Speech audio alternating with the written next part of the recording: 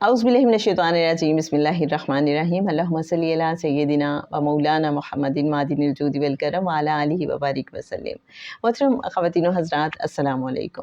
ایسے ہی میں سوچ رہی تھی کہ انبیاء کے قصے جب ہم پڑھتے ہیں تو سمجھ یہ آتی ہے کہ یہ ایک پورا کوڈ آف لائف ہے ہمارے لیے، کہ ہم سب کو زندگی میں کہیں نہ کہیں ان چیزوں سے گزارا جاتا ہے۔ ایک طرح سے ہمیں یہ سکھایا جاتا ہے کہ زندگی کو گزارنے کا چلن کیا ہے، اور اگر ہم اس کے مطابق جو اللہ کے قوانین ہیں ان کے مطابق زندگی نہیں گزارتے، اللہ کے حکم کے مطابق نہیں گزارتے زندگی، تو پھر ہمیں کن کن مشکلات سے گزرنا پڑ سکتا ہے، کیا کچھ ہو سکتا ہے۔ اور اگر ہم اللہ کے حکم کے مطابق کرتے ہیں زندگی بسر اور سر تسلیم خم کر دیتے ہیں، اللہ کی رضا کو اپنی رضا بنا لیتے ہیں، تابع فرمان ہو جاتے ہیں، تو پھر زندگی کا چلن بہت ہی خوبصورت ہو جاتا ہے۔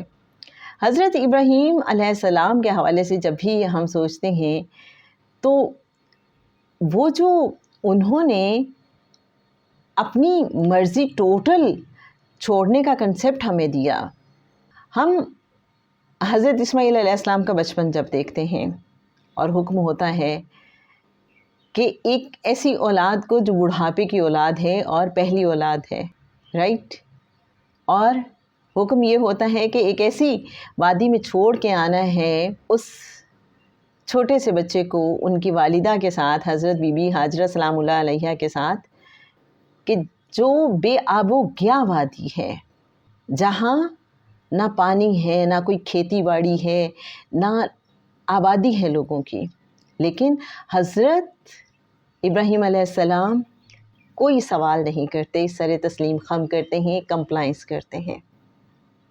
اس سے پہلے بھی ایک واقعہ ہوا تھا، جب آگ میں ڈالا گیا تو کیا ہوا؟ حضرت جبرائیل علیہ السلام آئے اور انہوں نے کہا کہ آپ کو اگر کوئی ہیلپ چاہیے تو آئی ایم دیئر۔ انہوں نے کہا نہیں، حسبنا اللہ و نعم الوکیل۔ تو اللہ نے کیا کیا؟ اللہ نے آگ سے کہا آگ ٹھنڈی اور سلامتی والی ہو جائے ابراہیم کے لیے۔ تو ہمیں رزلٹ بھی نظر آ رہا ہے کہ جب اللہ پہ یقین ہو، اللہ پہ توکل ہو کہ میرے لیے میرا اللہ ہی کافی ہے، تو ہوتا کیا ہے؟ اب وہی یقین یہاں بھی حضرت ابراہیم علیہ السلام کا نظر آ رہا ہے کہ حکم ہوا ہے کہ وائف کو اور بیٹے کو چھوڑ آئیں بے آب و گیا وادی میں، تو کوئی سوال نہیں، چھوڑ آئے ہیں۔ اور بیٹا جب بڑا ہوا ہے، ٹین ایج میں پہنچا ہے، سورہ صفات کی آیت نمبر 102 کے مطابق، اور پھر جب وہ لڑکا ان کے ساتھ دوڑ دھوپ کی عمر کو پہنچا، تو ابراہیم نے کہا اے میرے بیٹے، میں خواب میں دیکھتا ہوں کہ میں تمہیں ذبح کر رہا ہوں، اب تمہاری کیا رائے ہے؟ اور بیٹا کیا جواب دے رہا ہے؟ اے ابا جان، جو آپ کو حکم دیا جا رہا ہے وہ کر گزریے، انشاءاللہ آپ مجھے صبر کرنے والوں میں پائیں گے۔ ایسے ہی ایک روز ہم کہیں بیٹھے بات کر رہے تھے کہ حضرت ابراہیم علیہ السلام نے جب بیٹے سے یہ کہا، تو آج کل کا کوئی بیٹا ہو تو وہ کیا کہے گا باپ سے؟ وہ کہے گا ابا جان آپ کیسی بات کر رہے ہیں، ایک خواب دیکھا ہے اور آپ مجھے ذبح کرنے چل پڑے ہیں، رائٹ؟ لیکن حضرت اسماعیل علیہ السلام کا جواب دیکھیے، فرما رہے ہیں اے ابا جان، آپ کو جو حکم ہوا ہے کر گزریے، آپ مجھے صابرین میں سے پائیں گے۔ کیا خوبصورت انداز ہے، اور حضرت ابراہیم علیہ السلام کا کیا سر تسلیم خم کرنے کا ایک اور سٹیپ، اور پھر اللہ کیسے انعام عطا فرما رہا ہے انہیں کہ اللہ نے ایک ذبیح بھیج دیا، اور پھر اس قربانی کو ہمیشہ کے لیے مثال بنا دیا اور جاری فرما دیا۔ لیکن اچھے ناظرین، کیا آپ نے کبھی سوچا یہ جو حضرت اسماعیل علیہ السلام کی قربانی کی بات ہو رہی ہے، کیا یہ اسماعیل ایک استعارہ بھی ہے، ایک علامت ہے کہ ہر وہ چیز جو ہمیں بڑی ہی محبوب ہو، جو ہمیں بڑی ہی عزیز ہو، وہی ہمارے اندر کا اسماعیل ہے، اور ہم نے اسی کو قربان کرنا ہے؟ ہم اپنے اندر جھانکے تو صحیح کہ ہمارے اندر کا اسماعیل کون ہے، ہم نے کس چیز کو قربان کرنا ہے اللہ کا قرب پانے کے لیے، اللہ کی رضا پانے کے لیے۔ ہماری انا ہمارا غرور، ہماری تکبر، ہماری اٹیچمنٹس، ہر وہ اٹیچمنٹ جو ماں سوا اللہ ہے، آپ کو نہیں لگتا کہ وہی ہمارا امتحان ہے، اسی کو ذبح کرنا ہے؟ ہر وہ چیز جو ہمیں اللہ سے دور کرنے والی ہے یا کوئی ہماری توجہ کو ڈسٹریکٹ کرنے والی ہے، اسی کو ذبح کرنا، اسی کو قربان کرنا۔ اور یہ جو چھری چلانی ہے، بظاہر تو ہم کسی جانور پہ چلا رہے ہوتے ہیں، لیکن یہ اپنے نفس پہ بھی تو چلانے کی ضرورت ہے، اپنے نفس کو ذبح کرنا، کہ ہر وہ چیز جو مجھے میرے اللہ سے دور کر رہی ہے، مجھے اس کو قربان کر دینا ہے، اس کو چھوڑ دینا ہے اللہ کے لیے، اس سے ڈیٹیچ ہونا ہے۔ اس کو سمجھنے کی بہت ضرورت ہے۔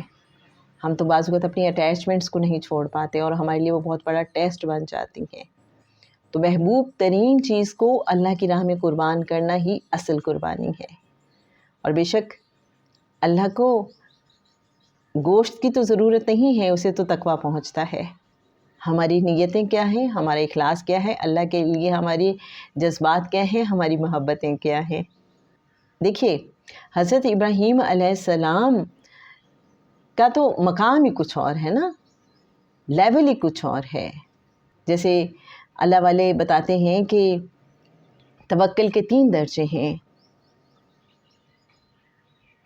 تفویض، تسلیم اور توکل۔ تفویض کا وہ مقام جو آقا صلی اللہ علیہ وآلہ وسلم کو عطا ہوا، اور تسلیم حضرت ابراہیم علیہ السلام کا مقام کہ ہر بات پہ سر تسلیم خم۔ اور تیسرا درجہ جو ہے وہ توکل، جو عام طور پہ اللہ والے کرتے ہیں۔ پھر توکل کی بھی ڈیفرنٹ کیٹیگریز آگے ہمیں سمجھ آتی ہیں۔ کچھ اونٹ باندھ کے توکل کرتے ہیں اور کچھ اونٹ باندھے بغیر بھی توکل کرنے والے ہیں۔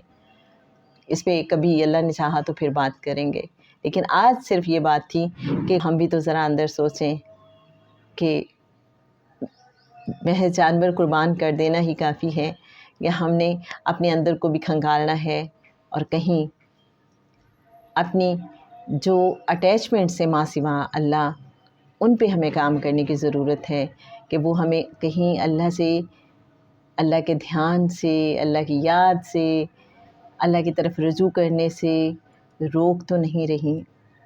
ایسی ہر چیز کو ہمیں قربان کر دینا ہے، اس پہ چھری چلانی ہے، اس کو رکاوٹ نہیں بننے دینا۔ آپ کیا کہتے ہیں؟ آپ کیا سوچتے ہیں؟ بس میرے تو ٹوٹے پھوٹے الفاظ، نہ جانے میری بات کی وضاحت ہو سکی یا نہیں۔ تو جناب آپ بھی سوچئے گا کہ آپ کا اسماعیل کون ہے اور کیا اسے قربان کرنے کی ضرورت ہے؟ اللہم صلی علی سیدنا و مولانا محمد معدن الجود والکرم وعلی آلہ وبارک وسلم۔ تو جناب آئیے آج سے ہم بھی سوچتے ہیں کہ ہمارے اندر کا اسماعیل کون ہے، کیا ضرورت ہے کہ ہم بھی اسے قربان کر دیں؟ کیا کہتے ہیں آپ؟ اللہم صلی علی اللہم صلی علی سیدنا و مولانا محمد معدن الجود والکرم وعلی آلہ وبارک وسلم۔